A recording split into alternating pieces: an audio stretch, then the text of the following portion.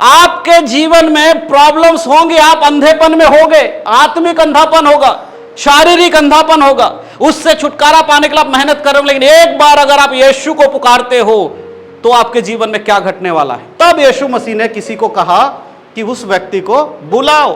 तो यहां पर हमें समझना कि अगर यीशु मसीह ठहरा है तो इसका मतलब यीशु मसीह कहीं जा रहा था, और यीशु मसीह के जाते हुए कुछ ऐसी घटना घटी वहां पर जहां यीशु को ठहरना पड़ा, रुकना पड़ा।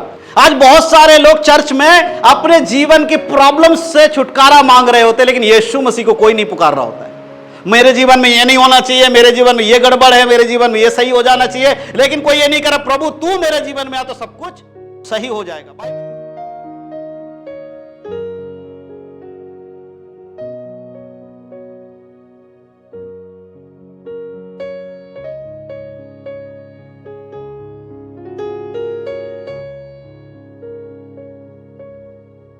सकते हैं।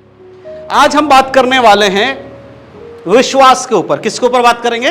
वो विश्वास के ऊपर। अब विश्वास का परिमाप क्या है, विश्वास का प्रकटीकरण क्या है, उसको भी हमें समझना बहुत जरूरी है। विश्वास सिर्फ ये नहीं है कि हाँ मैं यीशु मसीह पे विश्वास करता हूं, इतना काफी नहीं है। आज हम देखेंगे कि कैसे एक विश्वास को देखा जा सकता है कि एक विश्वास आने के बाद या विश्वास होने के बाद उसके जीवन में क्या परिवर्तन आता है। विश्वासी कहने से हर आजकल चर्च में जो आता है वो क्या है? विश्वासी है ना, हर कोई विश्वासी है। किसी से पूछो तुम विश्वासी हो? हाँ विश्वासी है। लेकिन विश्वासी का सही मतलब भी नहीं पता कि विश्वासी किसे कहा जाता है। विश्वासी उसे कहा जाता है जो उस चीज पर विश्वास करता हो, और विश्वास वो है जो प्रकट भी होता है।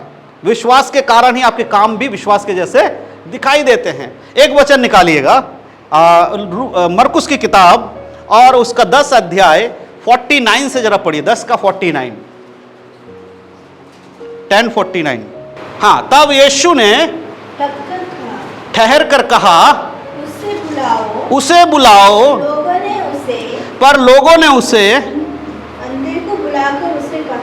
अंधे को बुलाकर उससे कहा, ढांढस बांध, उठ, वह तुझे बुलाता है। यहां पर प्रभु यीशु मसीह किसी व्यक्ति को बुला रहा है। क्या कह के बुला रहा है? पहले क्या लिखा है वचन में?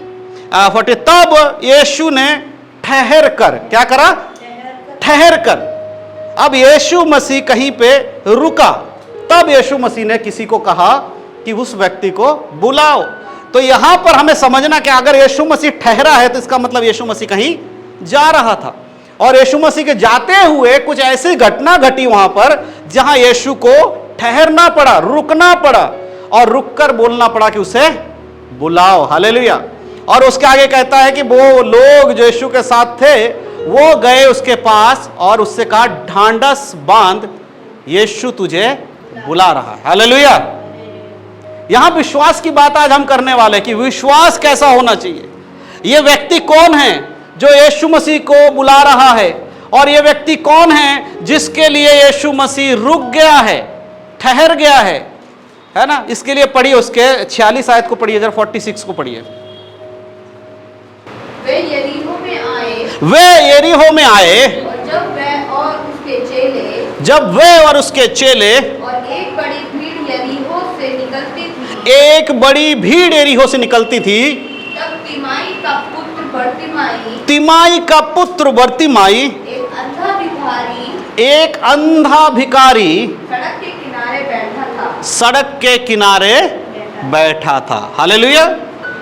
क्या किया यीशु मसीह? जब वहां रुके उससे पहले घटना क्या घटी? यीशु मसीह और जो उसके चेले एरिहो के ओर वहां से जा रहे थे। जब यीशु मसीह कहीं जाते थे तो कभी भी अकेले नहीं होते थे। यीशु मसीह एक ही जगह पर अकेले होते थे। कहां पर अकेले होते थे? और अकेले क्यों होते थे? यीशु मसीह सबको भगा देते थे, क्योंकि कोई प्रार्थना करने जाना नहीं चाहता। आज भी कमी कहां है? चर्च में बहुत भीड़ है, पास्टर के कन्वेंशन में, पास्टर के किसी मीटिंग में बहुत भीड़ है, लेकिन जब बात आती है प्रार्थना की तब भीड़ होती है। आप देखना कभी भी कन्वेंशन होगा, 2014 फलाना कन्वेंशन है, यहाँ का कन्वेंशन, आप जाकर देखो भीड़ कितनी है। उसी का आप कर दो 2024 प्रार्थना सभा, आपको भीड़ कम होगी। प्रार्थना जहां है वहां भीड़ कम हो जाती है। लेकिन जहां पर चिन्ह चमत्कार, खाना पीना, भोजन है, वहां भीड़ ज्यादा है। जब यीशु मसीह कहीं जाते थे तो भीड़ की भीड़ उसके पीछे चलती थी, वो अकेले नहीं होता था। सिर्फ प्रार्थना करने जब जा रहा है तब वो अकेले चला जाता था। अपने चेलों को कहता था प्रार्थना करो, लेकिन वो सो रहे होते थे। तो इसलिए जब यरीहो से वो जा रहे हो तो वहां पर क्या लिखा है, वे यरीहो में आए। जब उस जगह पर आए तो एक बड़ी भीड़ उनके संग थी और वो भीड़ के साथ चल रहा था। लेकिन वहां पर एक व्यक्ति के बारे में जो कि जिसके लिए यीशु मसीह वहां पर ठहर गया, वो व्यक्ति कौन था? तिमाई का पुत्र बर्तिमाई। इसका मतलब वो जो अंधा भिखारी था उसकी एक पहचान थी, है ना, उसकी एक पहचान थी, लोग उसे जानते थे। कैसे? तभी तो उसका नाम लिखा है तिमाई का पुत्र बर्तिमाई, उसको पहचानते थे लोग। लेकिन उसके लिए यीशु मसीह क्यों रुक गया? ऐसे क्या उसके अंदर क्वालिटी थी जहां पर यीशु मसीह आकर रुक गया? उसके आगे के वचन को पढ़िए। वे ये सुनकर कि यीशु नासरी है, किसने सुना? बर्तिमाई ने सुना कि वो यीशु नासरी है। पुकार पुकार कर कहने लगा, पुकार पुकार कर कहने लगा, हे दाऊद की संतान, हे दाऊद की संतान, यीशु यीशु, हाँ, मुझ पर दया कर। मुझ पर दया कर। बहुतों ने उसे डांट के चुप करा। बहुतों ने उसे डांट कर चुप कराया। बस बस बस, हालेलुया। तो ये व्यक्ति कौन है? एक अंधा भिखारी है जिसको लोग वहां नाम से जाना करते थे। और इस अंधे भिखारी का काम क्या था? सड़क के किनारे बैठकर भीख मांगना। इसके बारे में जब मत्ती में पढ़ते हैं तो वहां पर हम देखते हैं कि दो लोगों के बारे में लिखा है, दो भिखारी बैठकर यीशु मसीह को पुकार, सेम घटना है। लेकिन यहां पर बर्तिमाई का नाम लिया जा रहा है, यानी कि उसको दिखाया जा रहा है किस तरह से लोग उसे जानते थे। अनजान व्यक्ति वो नहीं था। लेकिन इसने जब सुना कि यीशु नासरी जा रहा है, आपको एक बात बताना चाहता हूं, या बहरा होता है या गूंगा होता है, उनके अंदर एक अलग सेंस डेवलप, उस जो सेंस हमारे अंदर उसको वो ज्यादा निखार देता है। यानी कि अगर हम देखने वाले हैं, कोई व्यक्ति नहीं देख सकता तो उसकी सूंघने की शक्ति बहुत ज्यादा हो जाएगी, उसके कान की शक्ति बहुत ज्यादा हो जाएगी। जो चीज हम नॉर्मल करते वो 10 गुना अच्छे से करेगा। ये अंधा था, उतनी भीड़ के अंदर लोग चिल्ला रहे, दौड़ रहे, इसको पता लग गया यीशु मसीह जा रहा है। कैसे? उसके कान इतने तेज थे कि उसने यीशु का नाम सुन लिया होगा। मैं मानता हूं शायद उसने किसी से पूछ लिया होगा कि ये भीड़ कहां जा रही है, इसके संग कौन जा रहा है। अब वो कहता है, दाऊद की संतान मुझ पर दया कर। इसका मतलब उसको पता था, वो व्यवस्था के बारे में भी शायद जानता है, इसीलिए उसको पता है कि उद्धार कहां से आएगा? दाऊद के घराने से आएगा। राजा मसीहा कहां से आएगा? दाऊद के घराने से आएगा। लेकिन उसने जब वो देखा तो सबसे बड़ी चीज मुझे वहां क्या लगती है, क्या उसने किया होगा? उसका विश्वास देखिए। यहां पर हम बात करें विश्वास, वो आज वहां पर अंधा के नहीं बैठा है, वो कई वर्षों से वहां बैठा होगा, हर समय वो वहीं पर चिल्लाता होगा, भीख मांगता होगा। लेकिन पहली बार वो भीख मांगने की जगह यीशु को पुकार रहा। हालेलुया। आपके जीवन में प्रॉब्लम्स होंगे, आप अंधेपन में होंगे, आत्मिक अंधापन होगा, शारीरिक अंधापन होगा, उससे छुटकारा पाने के लिए आप मेहनत करोगे। लेकिन एक बार अगर आप यीशु को पुकारते हो तो आपके जीवन में क्या घटने वाला है? इस तिमाई के, बर्तिमाई के पुत्र तिमाई के साथ क्या हो रहा है? तिमाई का पुत्र बर्तिमाई के संग क्या हो रहा है? उसने सुना कि यीशु नासरी वहां से जा रहा, और उसने ये नहीं बोला कि भाई मुझे थोड़ा पैसा दे दो, ऐसा बोला।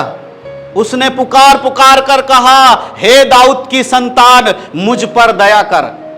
क्योंकि उसको पता है जो मौका मुझे आज मिला है, दोबारा ये मौका मुझे मिलेगा इसकी कोई गारंटी नहीं है। दोबारा यीशु यरीहो के अंदर आएगा इस रास्ते से नहीं मालूम है, दोबारा मेरे पास से होकर गुजरेगा नहीं मालूम है। उसको पता था कि यीशु मसीह से अगर मैं प्रार्थना करूंगा तो वो सुनेगा, क्योंकि वचन में लिखा है दाऊद के उस मूल में से एक कली फूट निकलेगी और वो राज करेगा, उसका राज का कभी अंत नहीं होगा। इस बात को जानता था और उस अवसर को उसने नहीं गवाया, इसीलिए लोग उसे डांटते रहे, चिल्लाते रहे। उसको पता था अगर ये अवसर चला गया दोबारा मेरे जीवन में अवसर नहीं आने वाला है, इसीलिए अवसर को बहुमूल्य जानो। हालेलुया। इसीलिए हर दिन जब आप चर्च में आते हो, घर में रहते हो, सोकर उठते हो, उस परमेश्वर को धन्यवाद दो, अवसर को बहुमूल्य जानो, क्योंकि दोबारा आपको धन्यवाद करने का मौका मिले, दोबारा आपको पश्चाताप करने का मौका मिले, इसकी कोई गारंटी नहीं है। तो सबसे पहले उस अंधे भिखारी ने जो चुना वो था अवसर। अवसर को उसने जाने नहीं दिया। और इस बात को यीशु मसीह क्या कहते हैं? उसके 49 में जब हमने पढ़ा, क्या लिखा? दोबारा पढ़िए, लिखा है, तब यीशु ने ठहर कर बुलाओ। उसे बुलाओ। तो लोगों ने उस अंधे को बुलाकर उससे कहा, हाँ, उस अंधे को बुलाकर उससे कहा, ढांढस बांध, उठ, वो तुझे बुलाता है। यीशु तुझे बुलाता। हालेलुया। ये कौन लोग हैं? ये वही लोग हैं जो पहले क्या कर रहे थे? उसको चिल्लाने से रोक रहे थे। आज आपके परिवार के लोग, आज आपके परिवार के हो सकता है दोस्त हो, रिश्तेदार हो, कहीं पे भी जो लोग आपके साथ है, शायद आज आपको रोक रहे होंगे। अरे ये क्या है, ये क्या कर रहे, इससे तो ये हो जाएगा, इससे वो हो जाएगा, इसको क्या रखा, उसमें क्या रखा है। लेकिन अगर आपका ये अवसर जो आपको मिला है उसको आप धारण कर ग्रहण कर लेते हो, तो वही लोग आपको उठाकर कहेंगे चलो अब मैं भी तुम्हारे साथ चलूंगा। हालेलुया। अवसर, सबसे पहला उसने अवसर देखा। किसने? उस अंधे भिखारी ने अवसर को समझ लिया कि यही वो अवसर है जब मैं अपने अंधेपन से ठीक हो सकता हूं। हालेलुया।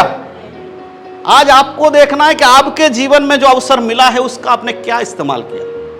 पिछले कई वर्षों से आप चर्च आ रहे हैं लेकिन अभी तक आपका उद्धार नहीं हुआ। आप अवसर उसको एक बार मिला होगा अंधे को, यहां तो बार बार अवसर मिल रहा है, उसके बाद भी अभी भी मन परिवर्तन नहीं हुआ है। याद रखिए कि यीशु के आने के बाद, यीशु के आगमन के बाद दोबारा किसी को अवसर नहीं मिलने वाला। अवसर को बहुमूल्य जानो। इसीलिए सबसे पहला काम जो अंधे भिखारी ने किया, वो क्या किया? अवसर को उसने गवाया नहीं। अब उसके पढ़िएगा 50 पढ़िए। वह अपने कपड़े फेंककर, वो अपने कपड़े फेंककर शीघ्र उठा और और यीशु के पास आया। यीशु के पास आया। इस पर यीशु ने उससे कहा, क्या चाहता है कि मैं तेरे लिए करूं? हाँ, क्या चाहता है कि मैं तेरे लिए करूं? अंधे ने उससे कहा, अंधे भिखारी ने उससे कहा, हे रबी, हे गुरु, यह कि मैं देखने लगूं। यह कि मैं देखने लगूं। एक अंधा भिखारी जब भीख मांगता है तो क्या बोलता है? वो जब भीख मांगता तो क्या हाथ बढ़ाता है? मुझे आंखें दे दो। कभी देखा है किसी के अंधे को, भिखारी को भीख मांगते तो आपसे बोला मुझे आंखें दे दो, मुझे 10 रुपए दे दो, 20 रुपए, यही मांगता है ना। इसके साथ ऐसा क्या हुआ कि ये पैसा नहीं मांग रहा, यहां आंख मांग रहा है। आपको समझना होगा उस बात, क्योंकि इसका विश्वास पता है इसको कि मैं आज वो मांग सकता हूं जो मुझे कोई और नहीं दे सकता। मैं इससे जो मांगूंगा वो मिलेगा। तो वो चीज मांग रहा है जिसके लिए वो भिखारी बन गया। वो चाहता है कि मैं इस भिखारीपन से बाहर आ जाऊं, इसीलिए वो उससे पैसा नहीं मांग रहा है, वो उससे अपनी आंखें मांग रहा है। आज बहुत सारे लोग चर्च में अपने जीवन की प्रॉब्लम्स से छुटकारा मांग रहे होते हैं, लेकिन यीशु मसीह को कोई नहीं पुकार रहा होता है। मेरे जीवन में ये नहीं होना चाहिए, मेरे जीवन में ये गड़बड़ है, मेरे जीवन में ये सही हो जाना चाहिए, लेकिन कोई ये नहीं कर रहा, प्रभु तू मेरे जीवन में आ तो सब कुछ सही हो जाएगा। बाइबल में अभी हमने उस बात को सुना जहां लिखा है, जो कोई उसके वचन पे चलता, उसकी इच्छा के अनुसार बुलाए हो, उसके जीवन में सब कुछ मिलाकर भलाई को उत्पन्न करता है। अगर आप यीशु के साथ हैं, यीशु में बने हुए, तो आपके जीवन में से वो भिखारीपन की चीजें हट जाएंगी, आपको आपकी आंखें मिल जाएंगी, तो फिर आप भिखारी कब हो? यहां पर दूसरा चीज जो उसके जीवन में उसको देखकर हमें समझना है, वो है कि उस भिखारी ने अवसर को तो गवाया नहीं, साथ ही साथ उसने वो मांगा जो कि और कोई उसे नहीं दे सकता। उसका विश्वास देखो पहले, क्या विश्वास कि उसके पता था कि यीशु ही है जो मेरी आंखें मुझे वापस कर सकता।